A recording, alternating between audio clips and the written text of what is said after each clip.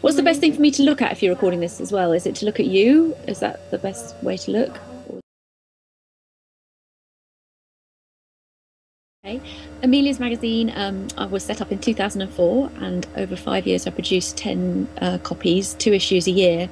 I finished in 2008 in print, and in about 2007 I started becoming more involved with online stuff, although we always had an online presence, and started blogging online much more regularly. And so yeah, I suppose since 2008 Amelia's magazine has been an online magazine, and then last year I also published a book, Amelia's Anthology of Illustration. How did you come up with the concept originally to start your own publication? Well, like every other person out there, I thought, oh, it'd be a brilliant idea to start a magazine. I mean, I'm not the only person who's thought of that. Yeah. But yeah, I mean, I suppose what persuaded me really, and the reason that I named it after myself, was that I really wanted to do something that was a very personal thing. Right. Like, I looked out there and I was working a lot as a stylist and a photographer, sort of very commercial mainstream publications. And I just thought that I could do something that was more interesting than them. I felt really sort of tied by what they wanted me to do commercially and so on.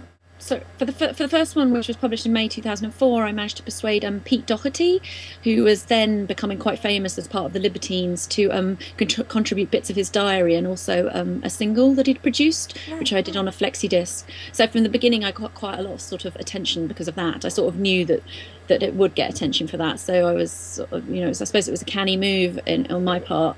And I also knew a lot of people who were very good in the industry because I'd worked for years as an intern and on various other publications like The Fates, Sleaze Nation, ID. So I got them all involved. So it had a very high caliber of contributors right from the start. Do you think it needed that celebrity power behind it to get the publicity necessarily, or? Well, I mean, at that point, he wasn't a tabloid celebrity. He then became a tabloid celebrity. I would never have used him at that point. At the point when I met him, he was still sort of quite a cool underground kind of person. Right. And he hadn't developed that real sort of like how he's perceived now. Yeah. And I definitely would not have worked with him if that had been the case at the time. Yeah. But yes, and that's a very good point. I mean, I've never used celebrity to sell a magazine. It's very anti-celebrity. I'm really interested in people who are good at what they do, and I think for the most part, celebrities don't tend to be particularly good at anything apart from self-publicity. So, how did you work yourself up to doing your own independent thing? Well, I studied fashion and textiles, specialising in printed textiles, which I think is very obvious has been very obvious all through my work to now, that I have that background. But between setting up the magazine and being at college, I did loads and loads of different things, from really shitty jobs like cleaning loos and waitressing and being a chalet girl and trying to make money and not really managing, to then becoming obviously like a fashion editorial assistant at magazines, assisting photographers and all sorts of things like that. I mean, I worked for free for years and years in sort of creative places that I wanted to know more about. So yeah, it was incredibly important to me making connections, because I worked in really good places, so I met the best people, and without that I definitely wouldn't have been able to launch. So. And in regards to your collaborators and contributors, I mean, you work mainly online now, I guess.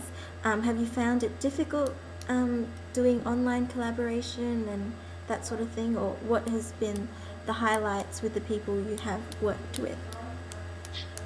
I think that online collaboration is incredibly easy, especially in the days of social media. I use Twitter an awful lot. It's the way I communicate with most people now, just because it's so immediate. If I want something doing, like, quite often I've thought an idea of a blog and I want an illustrator to help me, and if I Twitter that out, instantly I can get somebody who's around who's interested to contribute to it. Right.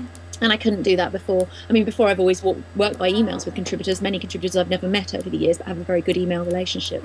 But Twitter, I think, has just upped the stakes in that department. I mean, Facebook to a certain extent as well, but Twitter's just far more immediate. So, I mean, online collaboration I find incredibly easy, and, you can just speak to people instantly. So, and you know who's around, because if they're not online, they're not around. So, a big user of, open call-outs and that sort of thing in sourcing artists that you haven't discovered before? Oh yeah. I mean, if you look on my website, there's several open briefs on there. I haven't run one for a little bit just because I've just been so snowed under with other things, but I'm about to. And it's been the way I put my book together. It's been the way that I found contributors to the magazine. I think that way you find much more fresh new talent, because you just stick to what you know, to what other people are using, to industry standards, then you're never going to discover new things. And it just opens it up to everybody in the world, all over the world. I've worked with people from the most obscure places everywhere, and I just love that. And that's thanks to the internet. But I mean, what I would always say to people who are creative is to get as much stuff out there on the internet as possible. you know, because and that's where the Amelia's magazine gives them a forum, you know, to sort of really get a lot of hits, to get a lot Mm-hmm. of Google stats and stuff. And you know, when your name is floating around on the top of Google with lots of amazing stuff, Mm-hmm. then you know that's a Someone really will big push to notice. your career. And you Mm-hmm. know, if you're looking for commercial work, that's really great for you. I, the Mm-hmm. advertisers aren't interested in us. Advertisers are extremely fickle, and if you wave Peaches Geldof in front of them, they'll go pounce like that.